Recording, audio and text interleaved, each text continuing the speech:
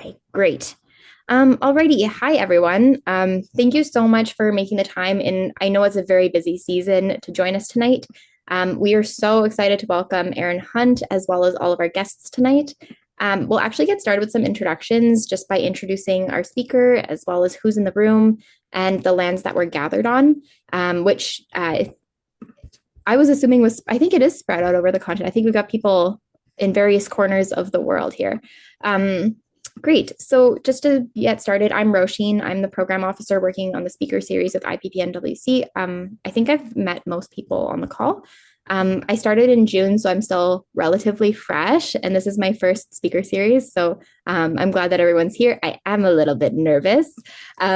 So maybe what we can do is just provide a little bit of an introduction. I think everybody is probably familiar with IPPNWC, but just for the sake of anybody watching, we're the national affiliate of IPPNW and a member of the International Campaign to Abolish Nuclear Weapons, shortened to ICAN.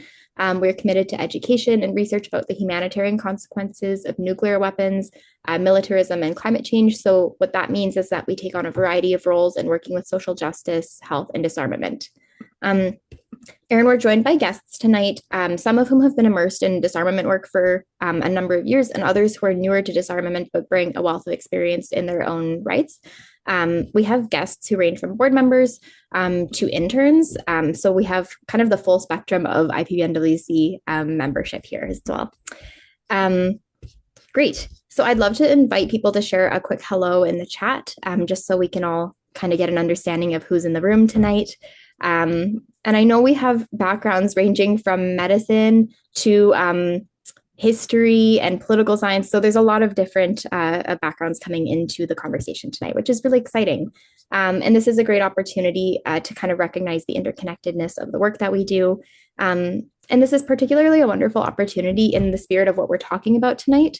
Erin will be sharing about the Landmines campaign and what we can learn for disarmament there, which is, again, in the spirit of learning from how our work is so intertwined. To share a little bit about Erin, Erin is the Executive Director of Mines Action Canada. She's been doing public education on the Ottawa Treaty banning landmines since 2003, working in disarmament in various capacities since 2006. And her areas of expertise include the humanitarian aspects of indiscriminate weapons, victim assistance, so some practical assistance there, gender in disarmament, and Canadian disarmament policy. And she also contributes to the work of the International Campaign to Ban Landmines, the Cluster Munition Coalition, the International Campaign to Abolish Nuclear Weapons, and Stop Killer Robots. Also, during the 2017 process to negotiate the Treaty on the Prohibition of Nuclear Weapons, Erin was a member of the ICAN negotiating team, which was awarded the 2017 Nobel Peace Prize. Erin's background is in political science at UVic. I am also a political science student, so I was very excited about that, as well as a master's in human security and peace building. Erin, ahead of this, I was reading up on some of the work that you were doing, and something that I found really engaging about it is the ways that your advocacy has pushed for not only the inclusion of gender and disarmament, but also putting disarmament into the conversation about the women, peace, and security agenda. So this is a super helpful framing for us to have as we're trying to build this understanding of disarmament that has a really robust sense of social justice. So we're really looking forward to welcoming you. And just transitioning into also recognizing the land that we're on. Something that I was thinking about a lot when I was thinking through a land acknowledgement for tonight was just the ways that in a lot of ways we're in a time of great transition right now. I think not only in terms of what we're doing in our work and in our school, some people are going back to school, some people are going to various meetings. I know it was a big week in Nagasaki. I've been reflecting a lot recently about the ways that our activities and our approaches to work and community change when we're making ways to connect to ourselves and each other and the planet. And actually recently I was in an orientation where we were invited to participate in activities that required us to get up and move around and integrate our bodies in the spaces we were working in. And it really made me realize how, in so many ways, I feel like when I go to work in these spaces, I'm kind of like sending my brain to work in a jar and leaving my body behind at home. And so I think I'm looking for ways that we can think about how to be connected and be truly and physically present in the spaces that we're working in. So I recognize that we're meeting on Zoom today, but I would just love to take a moment to tune into the land that we're on in a way that's comfortable for you. I know I'm grateful to be joining from the unceded Coast Salish territories that are shared by the Musqueam, Squamish, and Tsleil-Waututh nations. Um, yeah, I think on this land, I'm noticing that the leaves are just starting to turn. Um, but I also recognize that we're joining from various territories across what is colonially known as Canada. So I just like everyone to invite everyone to take a moment to reflect on the lands that they're situated on. Great. So, as we reflect on place, land, and our relationships to it today, the wonderful Erin will be sharing disarmament lessons from the Landmine campaign, which fittingly brings land into the conversation again. So, I'm going to hand it over to Erin now because I feel like I've been talking forever, and we'll get started with that conversation. Feel free to pop any questions in the chat, but we will have time for a Q&A just at the end of the discussion. Yeah. Roisin, the chat says it's disabled at Ah, mine. So just, oh, that's good to know. Okay, well, I will work on re-enabling the chat while we get started. Otherwise, I think you can message me privately so I can also receive messages that way. Great. Okay, thanks everyone. Okay. Uh, Thanks so much for having me and for that very kind introduction. Yeah, I believe that especially being centered on land is so important when we're talking about anti-personnel landmines. So I'm speaking to you today from the traditional territory, the Lekwungen peoples. But one thing that we recognize is the importance of access to land when we're talking about landmines. So as you heard, I'm the executive director at Mines Action Canada, and that I've been doing this disarmament thing for a while now. Essentially, went to a presentation on anti-personnel landmines back in 2003 and realized this is a global problem that we can actually fix. And I'll tell you a little bit about the solution that we know works for this issue this evening. So a little bit about Mines Action Canada. We have worked quite closely with IPBNW in Canada and globally as a member of ICANN. But we actually started as the International Campaign to Ban Landmines member in Canada. And then we have developed and sort of spread our work into 5 humanitarian disarmament campaigns. So we work on landmines, on cluster munitions, on explosive weapons in populated areas, on nuclear weapons, and on autonomous weapon systems that you might hear called killer robots. But really tonight I'm talking about like max roots, and it's also the roots of humanitarian disarmament, which is sort of a field and a sector that ICANN counts itself as a member of, and as far as I know, IPPNW does as well. So first of all, just when I'm talking about landmines, I'm usually referring to anti-personnel landmines. There are anti-vehicle mines, but they're not necessarily covered by the Ottawa Treaty that I'm going to talk about. So an anti-personnel landmine is an explosive device placed on, in, or sort of near the ground that explodes or is triggered by the presence, proximity, or contact of a person. And what makes them different from the anti-vehicle mines is anti-vehicle mines need the weight of a vehicle to detonate, whereas anti-personnel landmines need 30 to 40 pounds on average to detonate. Some a little bit more, some a little bit less. So, and when these anti-personnel landmines explode, they cause trauma to people through both the initial explosion and the shrapnel of the weapon itself, and by creating sort of shrapnel from the ground. So since I know there's some physicians in the room, you can imagine the infection risk that it is when soil and plant matter is embedded into wounds and things. And anti-personnel landmines not only have that individual impact, but they also deny people access to a large area. So at MAC, we often refer to them as lethal barriers to development. They kill and maim, they put huge burdens onto the healthcare system. while also preventing most sort of sustainable development activities, the ability to go out and play, go out and walk. And I know as Canadians, a lot of us have spent time just walking through the woods or through the fields and open space, and that is not available for the about 60 million people who live with anti-personnel landmine contamination now. So I thought we'd start with some history because history is always fun. Um, so anti-personnel landmines, some of them started as early as the American Civil War. And then their use really picked up from sort of World War II through the wars of decolonization, the Vietnam War, and into the end of the Cold War conflicts into the 80s and early 90s.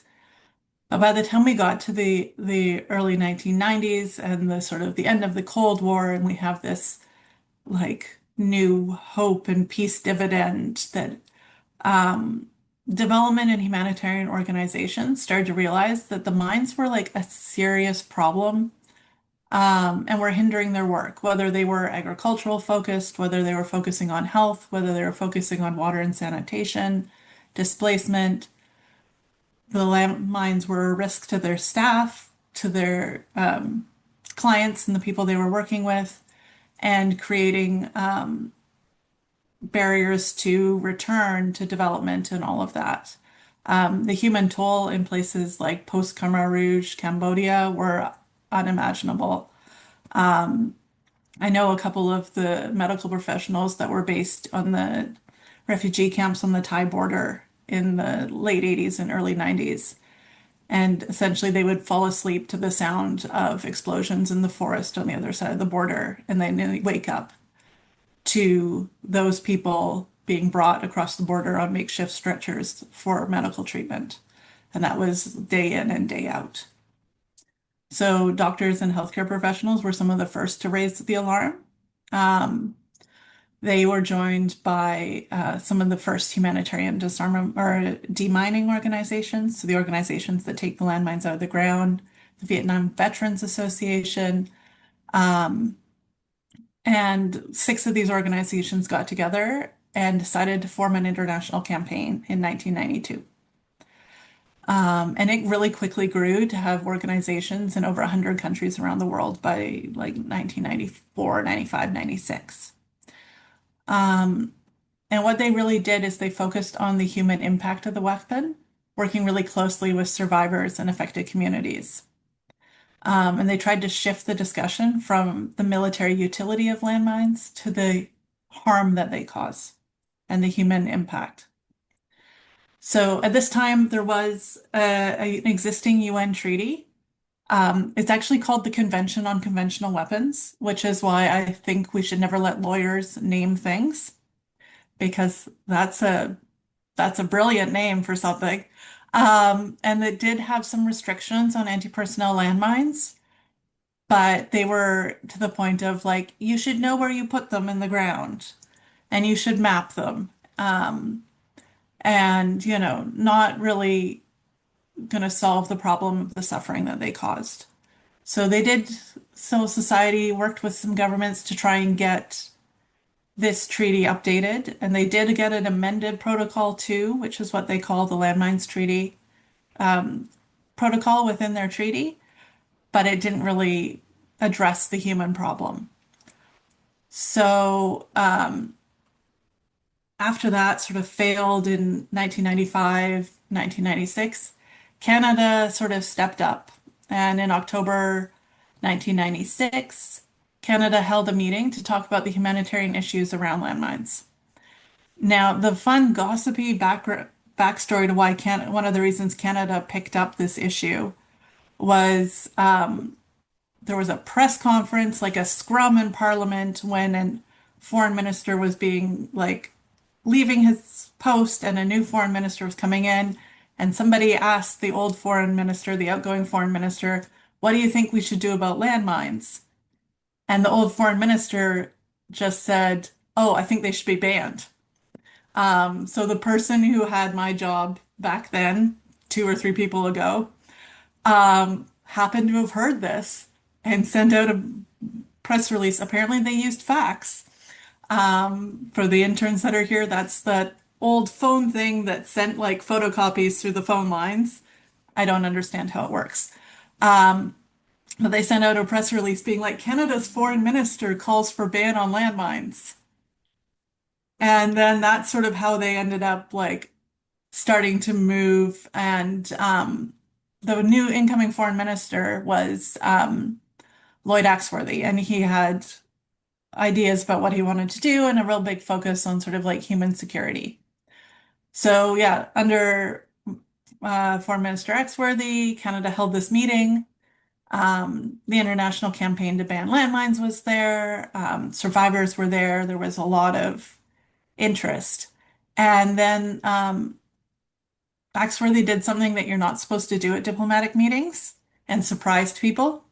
So they had their nice little meeting, they had their panels, they had their like discussion, and then he got up to do the closing remarks, and without telling anybody except for his own people and the head of the ICBL, he challenged everyone to come back in a year with a treaty to sign to Ottawa.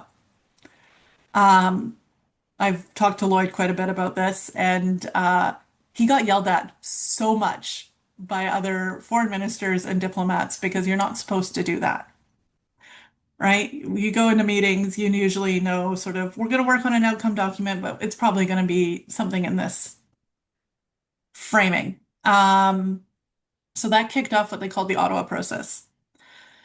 And what made the Ottawa process different was that civil society, international organizations, and landmine survivors and victims themselves were in the rooms during negotiations.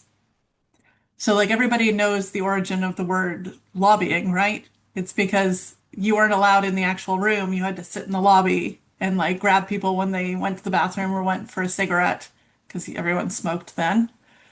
And that's how you get your point across.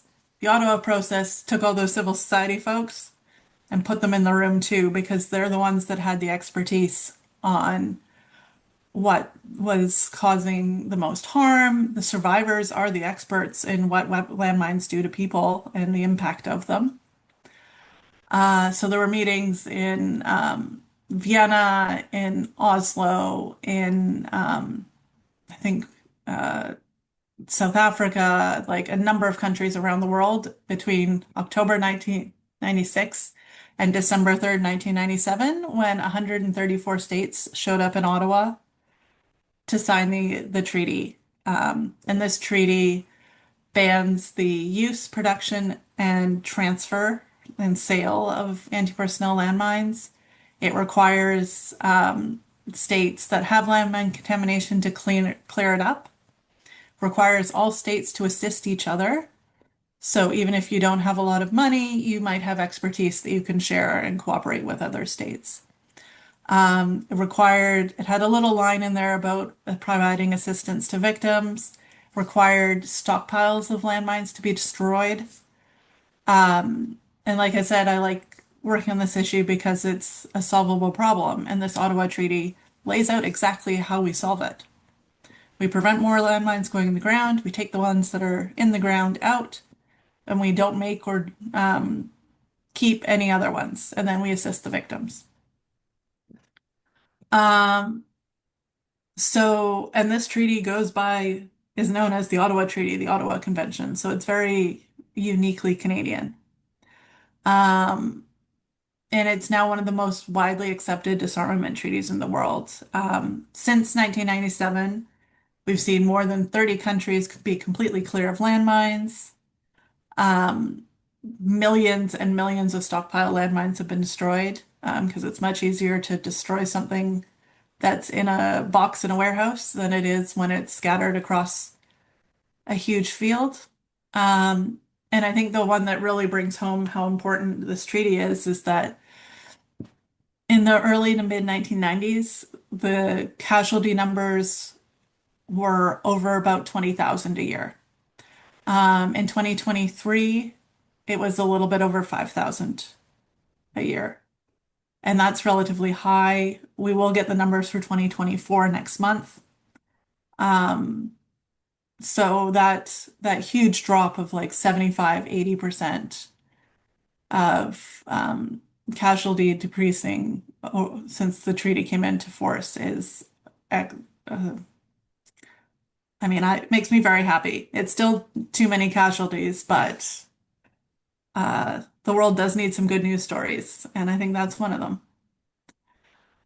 And the stigma against landmines is very strong. So there's still over 30 countries outside the Ottawa Treaty, but for a lot of them, the idea of using landmines is almost unthinkable. The only countries that are currently and have been using landmines over the last few years have been like Myanmar, Russia, Syria. You see more non-state armed groups being the ones using landmines. So this whole Ottawa Treaty and the Ottawa process um, has more of an impact than just on landmines. It's what the sort of the start of this whole field of humanitarian disarmament. And humanitarian disarmament is sort of grew out of this process of partnership between civil society and states and international organizations and the Red Cross and affected communities. And it really seeks to prevent and remediate human suffering and environmental harm through establishing norms and implementing those norms. It's a really people-centered approach, both in how the process is done and what it's talked about.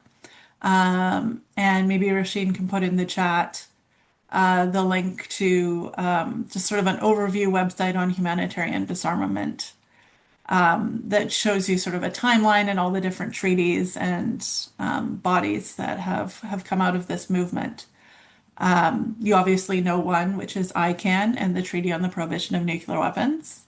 There's also the Cluster Munition Coalition and its work towards the Convention on Cluster Munitions, which was negotiated in 2008.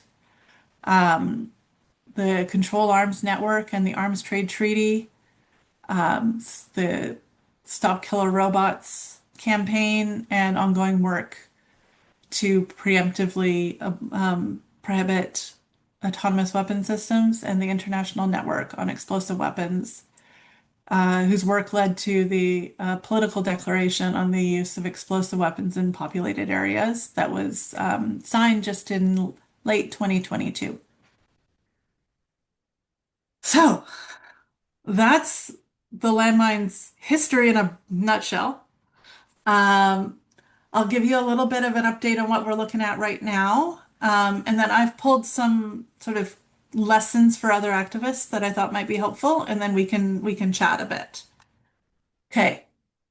So, at the moment, I think we all know that international law is a little bit shaky.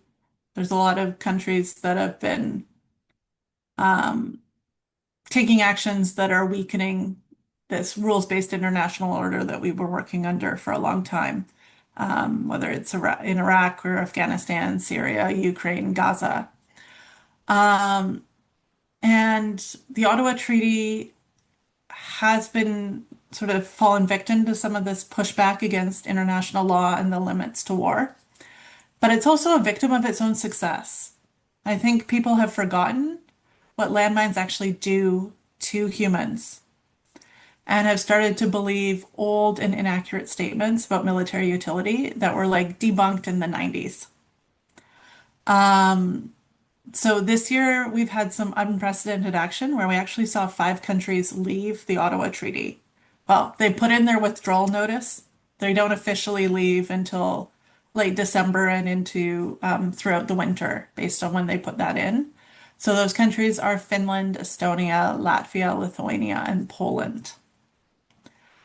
So this is the first time, like I said, we've ever had states leave. But in this year, we've also had 2 new countries join the treaty. So at the moment, the treaty has the largest number of states parties it's ever had. And that will change in December when Latvia, Lithuania, and Estonia officially leave. The treaty doesn't allow you to leave it if you're in armed conflict. So Latvia, Lithuania, and Estonia, if a conflict breaks out, they don't get to leave. Um, so those withdrawal states said publicly that it's the threat from Russia and the need to protect their citizens. That is why they're going back to these old, out-of-date weapons. Except for in private, they've admitted there's no evidence that landmines would deter or even slow a Russian attack very much. Um, we know that Russia uses airstrikes, artillery, and drones to fight conflicts. We've seen that through their involvement in Syria and the conflict in Ukraine. And the historic use of anti-personnel landmines has never been proven to be a winner. And we do have a lot of evidence from military analysis and military personnel themselves that anti-personnel landmines were more of a hindrance to protecting themselves and achieving their military aims, whether it's because, for example, in the 1991 Gulf War, the Iraqi army relied too much on their minefields, which were breached in 2 hours. And so they were overrun because they were overconfident in the protection their minefields provided. Or the last time Canada used anti-personnel landmines was in Korea. And in the Korean War, because the conflict and the um, line of contact moved so much, they'd find themselves sort of hemmed in by their own landmines. And then even when there's not active conflict, you have to constantly patrol the minefields and um, make sure that, they're surveilled and still everything, and we have much better technology to do that now that doesn't result in 85% civilian casualties. Um, so in the conversations I've had with the ambassadors from most of these states that are based in Canada, they've said that, we know that this isn't necessarily a good thing. Like, this isn't going to fix our security problem, but we have to show our citizens we're doing something. So it's literally a PR move. Although now some companies are like, oh, we can make money selling landmines again. Um, I guess they didn't pay attention to the Italian landmine factory where the entire staff went on strike and refused to make mines anymore because they didn't want to make their living maiming children. And it sort of boils down to landmines are a weapon from the 1990s at best.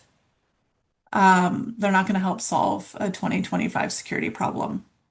Even when you do hear people talking about, new modern landmines, especially from the American stockpile, because the US never joined the treaty, the US's modern landmines are older than my entire staff. They're from before the Ottawa Treaty was signed, so I'm pretty sure they're older than a decent amount of IPPNW Canada staff. Um, but beyond, like, despite all this, like I said, we've gotten two new countries to join this year. Shout out to the Marshall Islands, who actually signed the treaty back in Ottawa in 1997 and only finally did the follow-up pieces this year, obviously as a bit of a statement. Um, no matter what, the treaty saves lives and limbs. The land is being cleared and the victims are being assisted. Um, And there's, like I said, this is one area where we can make a difference, and we continually are. Um, the international campaign to ban landmines still around, and every year they put out the Landmine Monitor, which outlines the international situation on landmines.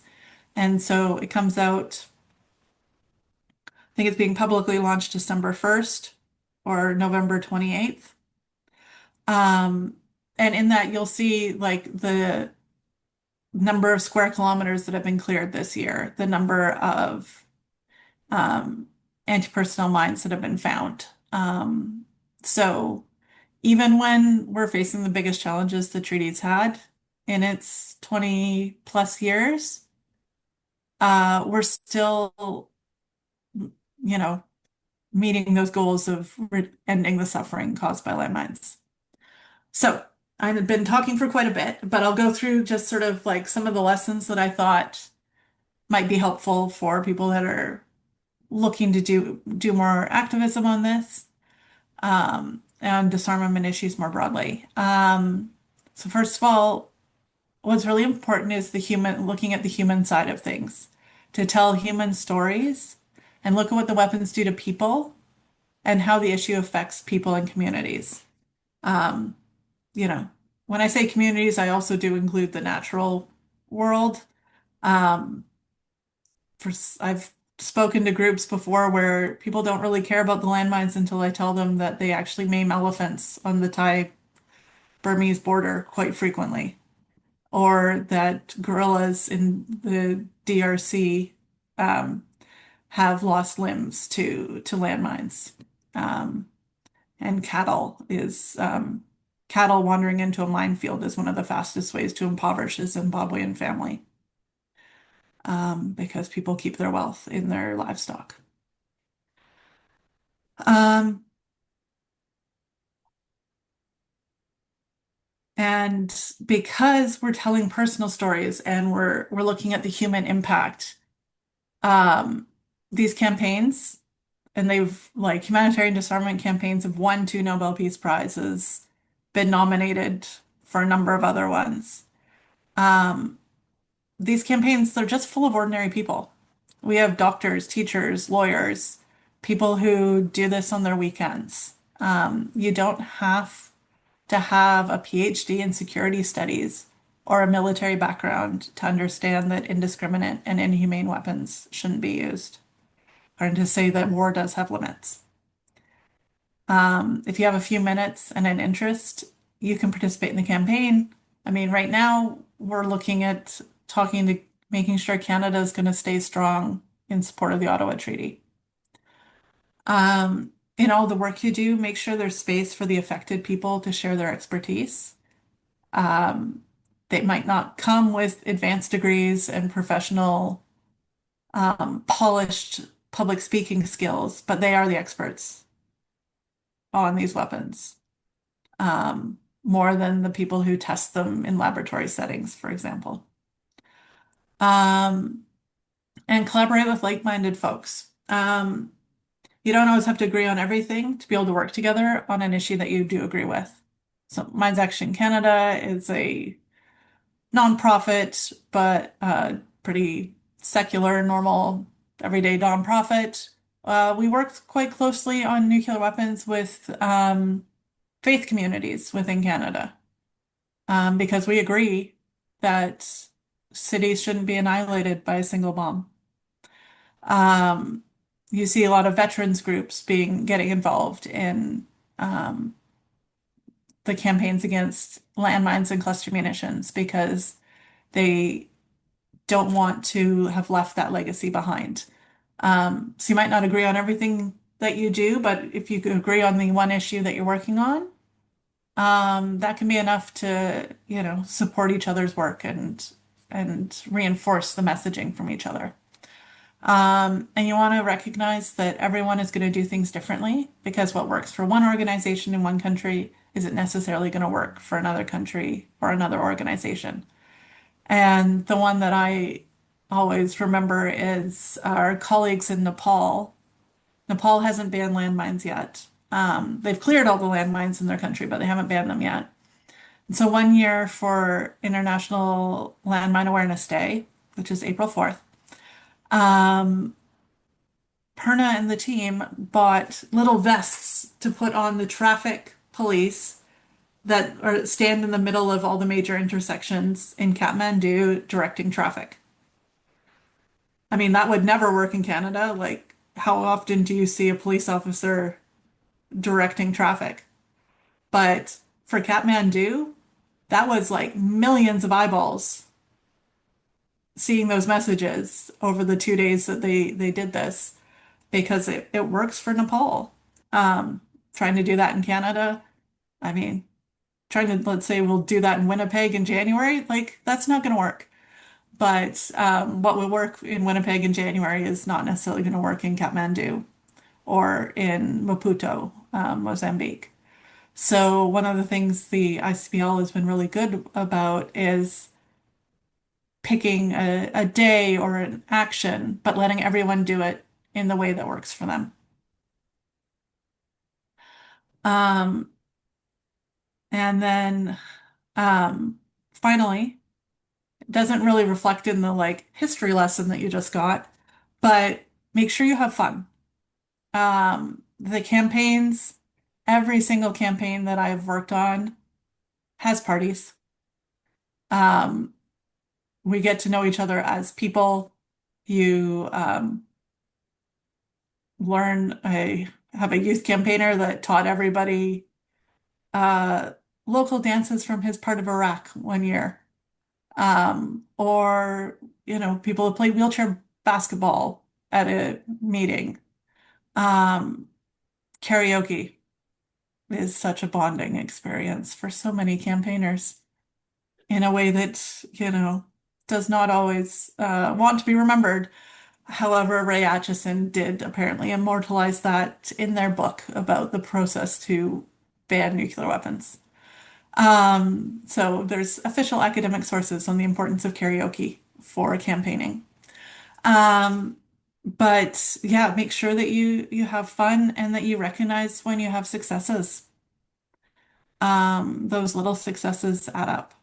And um, I think I'll just leave it there. And hopefully you guys have some questions, thoughts, comments, concerns. Thank you so much, Erin. I'm just gonna stop the recording before we go into the Q&A so people can Sure. ask with confidence.